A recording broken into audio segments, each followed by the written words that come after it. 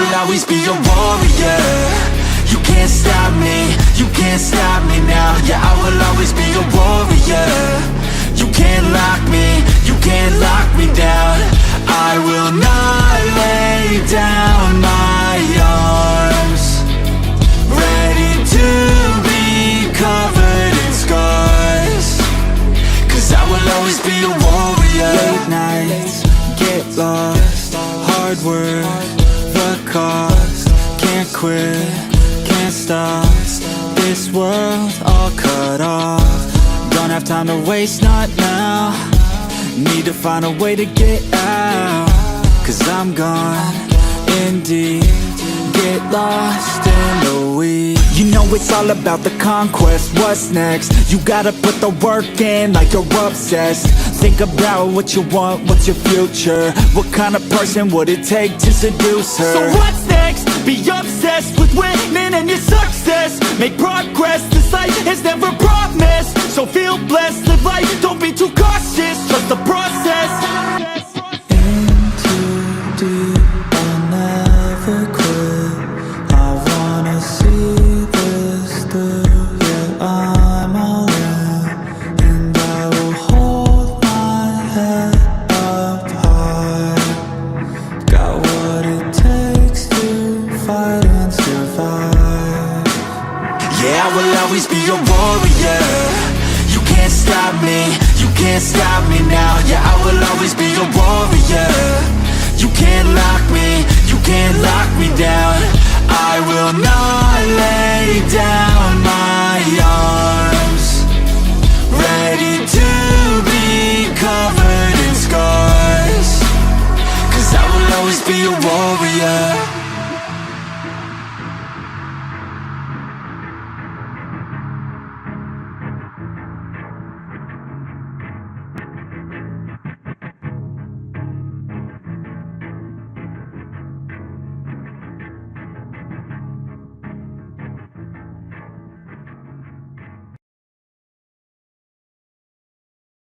Swagger down the street with your red lips and funky beat. You better hold your head up to the sky. I'm gonna roll with you till the day I die.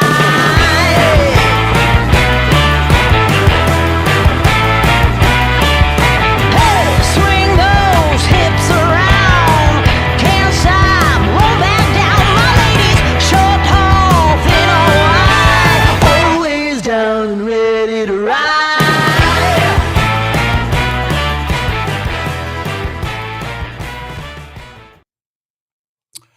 Welcome back to the channel, guys. You guys are watching Primed and Lubed, and unfortunately, we are watching this on unfortunate circumstances as the Edmonton Oilers have lost Game 3 of the Stanley Cup Final.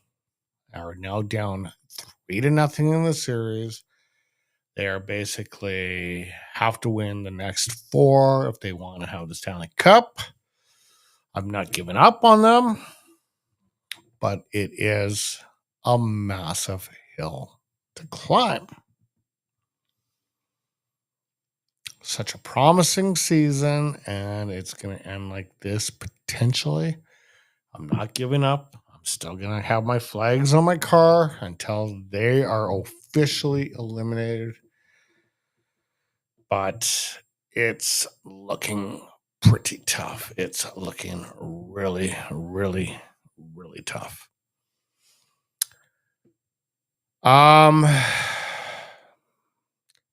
It had promise when Warren Fogle tied it, and then all of a sudden Florida unloaded with 3 unanswered goals to make it a 4-1 lead. And we're going to get into the scoring summary pretty quickly. And the Oilers tried to mount a comeback. Just fell a little bit short. It's tough. This is a tough one for me to do. So I apologize if I'm not very energetic, because obviously it's a very tough situation for me. I really had a lot of faith in this team to actually take home the Stanley Cup. Not saying it's totally over, but I'm like, I'll tell you right now, I feel it in here. I feel it in my chest. I feel it in the heart. I feel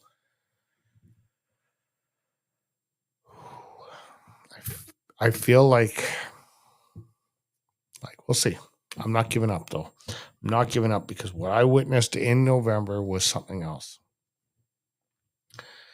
So anyway, let's go through what happened tonight. Let's start with the scoring summary.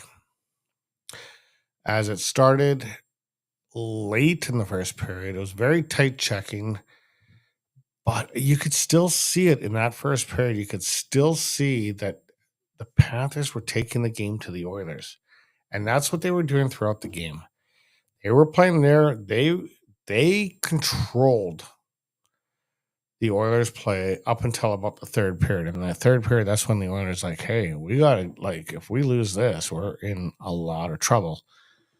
But it started with Sam Reinhart at 18:58 from Gustav Forsling and Alexander Barkov. That was the only goal of the first period. 1-0 Florida. Warren Foegele, the guy that got kicked out of the last game, got redemption now. It all depends on how you view that play. I don't think it was deserving of a 5-minute major. But then again, if you look at also that game, maybe Leon Draisaitl deserved it. So maybe they let him off the hook. Regardless, that was game 2. It's in the past now. Warren Foegele would snipe one top shelf on Bob. And this would be assisted by Adam Henrique. The Oilers have a little bit of life. And then things just fell apart in the second period. Vladimir Tarasenko would get his 4th from A2 Liranson and Anton Lindell, 2-1. And that would be at, 9:12. I'm just trying to get around my camera here. At 13:57, Sam Bennett would get an assist from Matthew Tkachuk. And this was actually a really nice play. I have to say, this was a real nice play. Skinner did have, Skinner made, I think on the Vladimir Tarasenko goal, that was a bad play behind the net. He kind of lost control of the puck and it turned into that. That I'll fault him for. But other than that, I mean, there was just, I wouldn't say defensive breakdowns. They were just really good at making the defensive breakdowns. The Panthers are a solid team. Let's be honest. So Sam Bennett would get his 7th of the playoffs from Matthew Tkachuk at 13:57. We now have a 3-1 game at this point in time. I had the sunken feeling. I'm like, ugh, this is not good. Alexander Barkov would cap it 4-1. And at that point in time, I basically started adjusting my graphics for this episode and lost belief that the Edmonton Oilers could potentially have a comeback. That being said, at 6:02 of the third period, the guy that I was constantly knocking, the pylon, which I no longer will call him that, he got his 2nd of the playoffs. He's been actually pretty good. He's starting to turn into quite the prospect for the Edmonton Oilers. We have a 4-2 game. I'm still not believing, but when Ryan McLeod scores at 14:43, so 5.5 minutes left, making it 4-3, I'm thinking there's a chance. They're going to push. They're going to push hard. However, it didn't come to be, and the Edmonton Oilers lose game 3. And now are on the brink. So if you guys have any comments, feel free to chime in tonight. I'd love to hear your thoughts on the game. Again, I'm a little bit more somber right now because I don't feel that the Edmonton Oilers, I don't want to say it. I have faith that they can, from what I saw out of them this year, I'm not giving up. I can't give up. I can't allow myself to give up on this team. But they're in tough. They're in really, really tough. And I don't want to jinx it.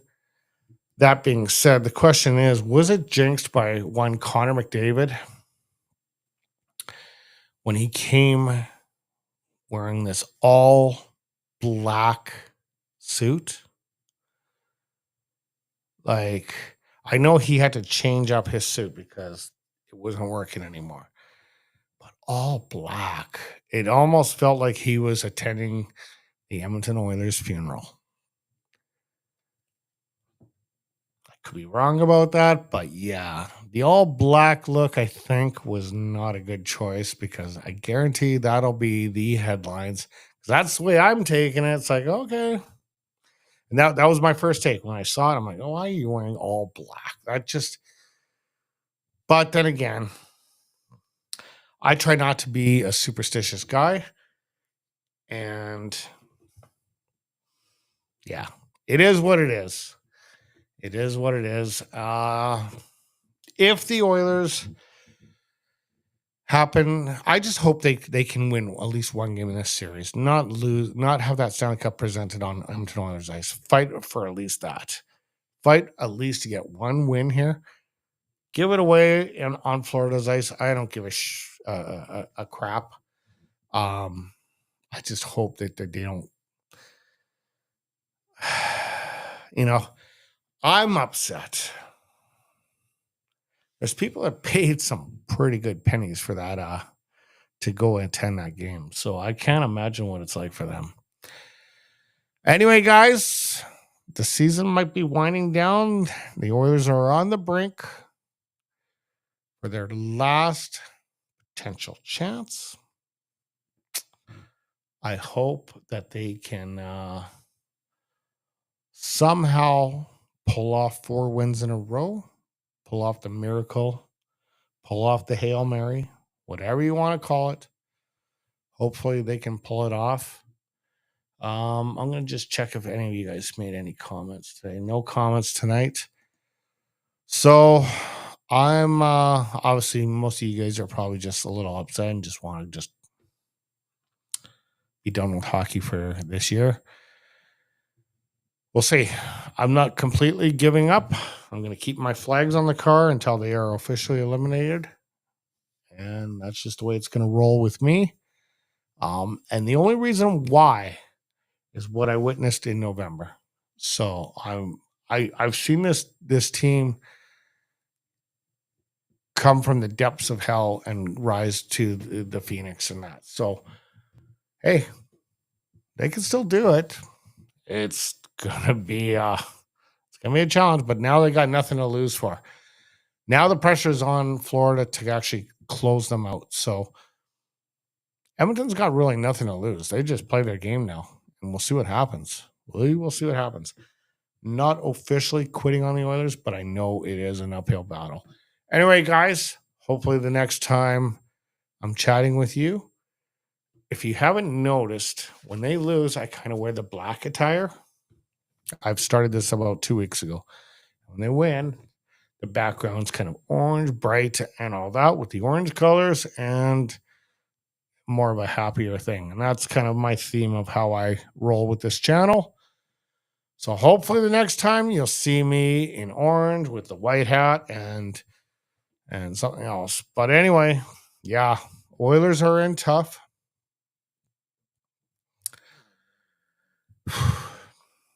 It's like it is. It's a kick in the gut, man. It's a kick in the gut for me as an Oiler fan, as an Oiler YouTuber. But I'm not giving up. And I don't want you guys to give up either. Oiler Nation, we're not done yet. All right, guys. I'd like to say you have a great night. I know you're going to be a little bit upset, so I'm not even going to bother with that. That being said, we will catch you Saturday night when they take on the Panthers, which could be potentially the last game of the Edmonton Oilers season or the rebirth. And the Edmonton Oilers surge to a Stanley Cup. We'll see. All right, guys, have a good night.